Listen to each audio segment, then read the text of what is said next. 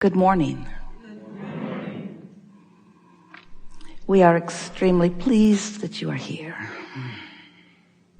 It is good to come together for the purpose of co-creating. Do you agree? Yes. You are knowing what you are wanting? A changing thing? Yes. An evolving thing? An expanding thing? That's a good thing? You are enjoying having desires that aren't fulfilled? Oh, they're our favorite. Those are our favorite.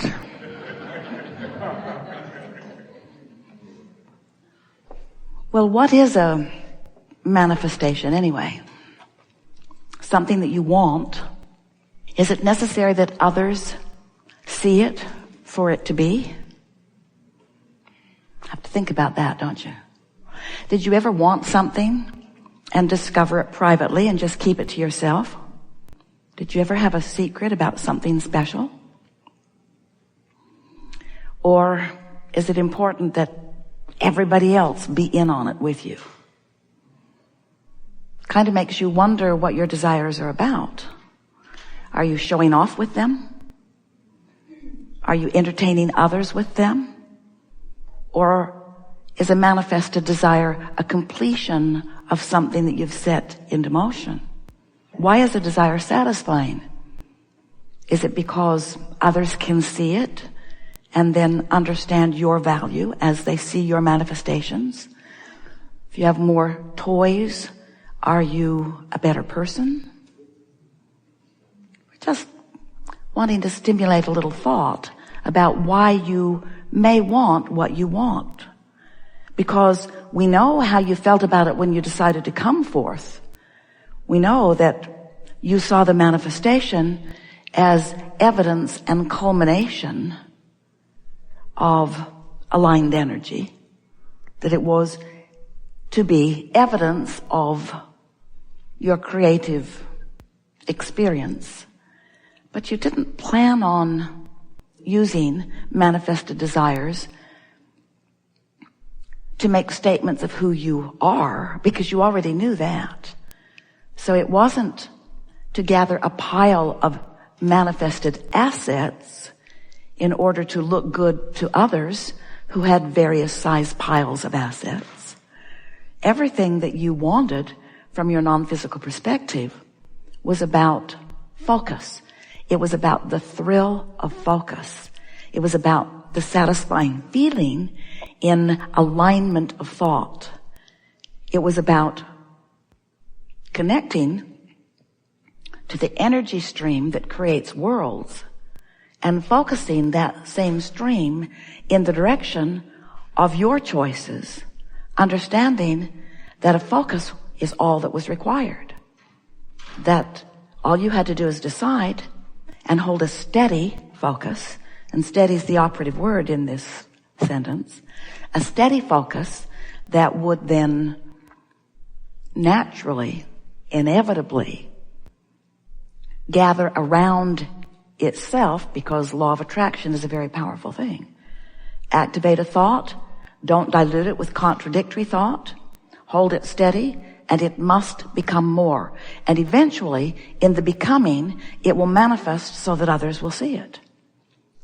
But if early on in that process you are measuring what's manifested and others' point of view of it, and if it hasn't manifested to the degree that they can see it, or if you manifest something that others don't approve of and you care, then without meaning to, you water down, you dilute that energy stream.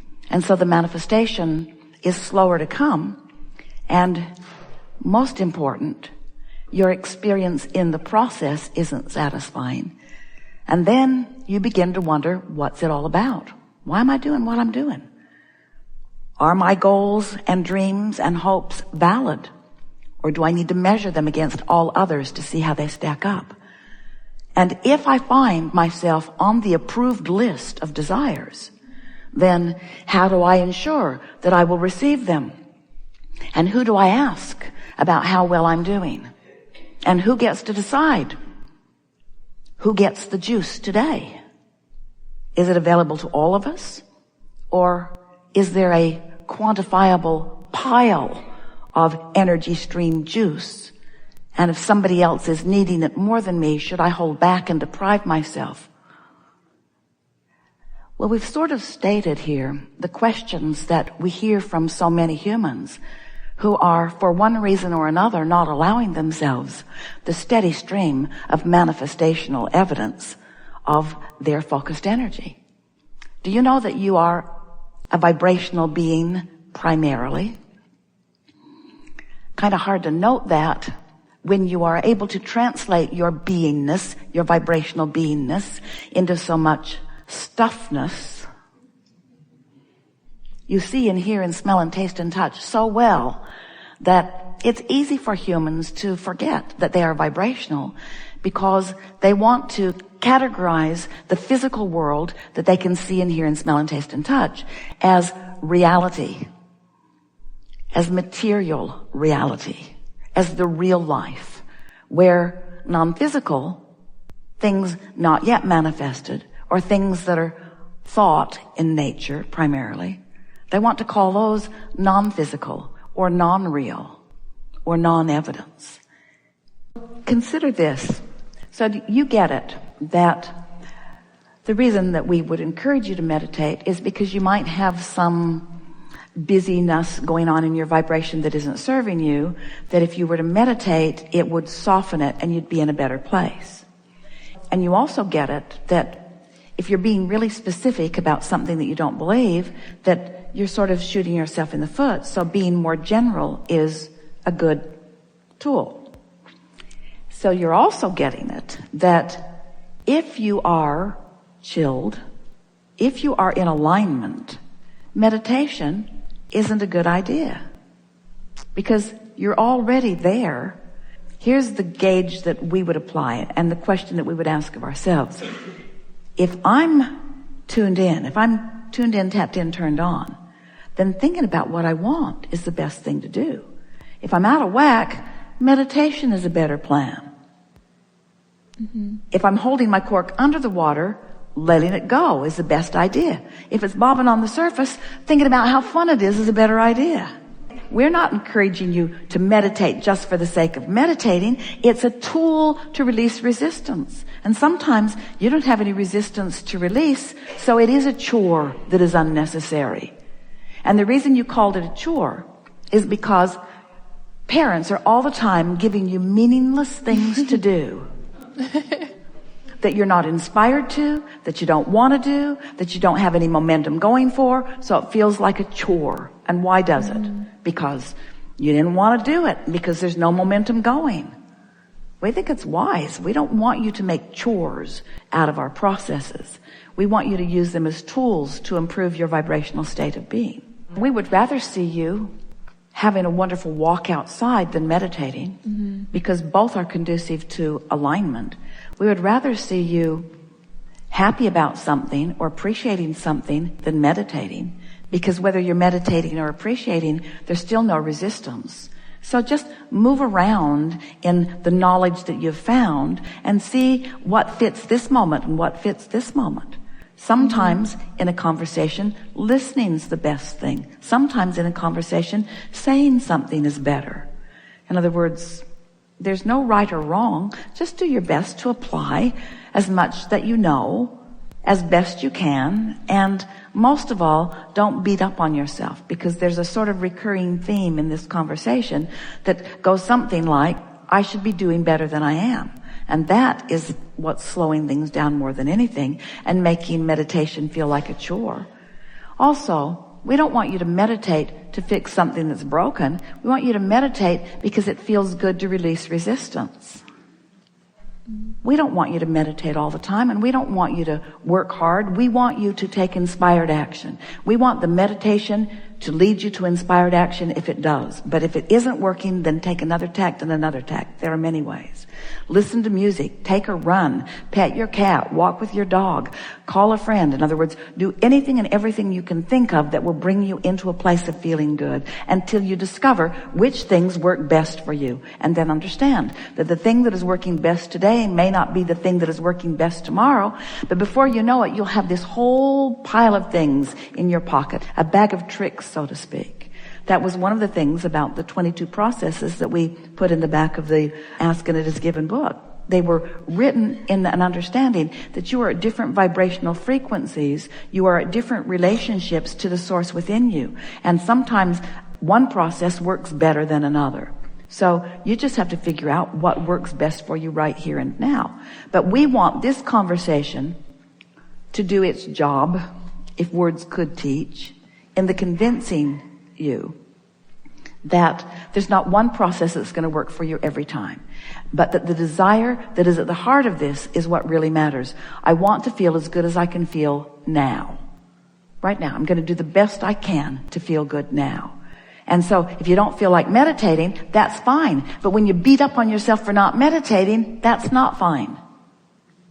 So it's like, pick something. Meditate or don't. Take a walk or don't. Go with that person or don't. Go with that person or that person. Do this thing or do this thing. But whatever it is you are inclined toward, line up with it completely. Don't not meditate and then beat up on yourself. If you're going to meditate, give it your all. If you're going to go with that person, give it your all. Give whatever you're doing your undivided attention. Give it a chance to come into sync with the power that creates worlds. And if it doesn't, then make another choice. Until before you know it, you're going to feel really flexible and really free in the choices that you're making. Humans, you keep thinking that you've got all these things that you have to do, which deprive you of having the time to do the things that you really want to do. And that really is a flawed premise. That isn't true at all, because you know how you got all of those things on your list that you think you need to do? By sifting through contrast and putting them in the vortex.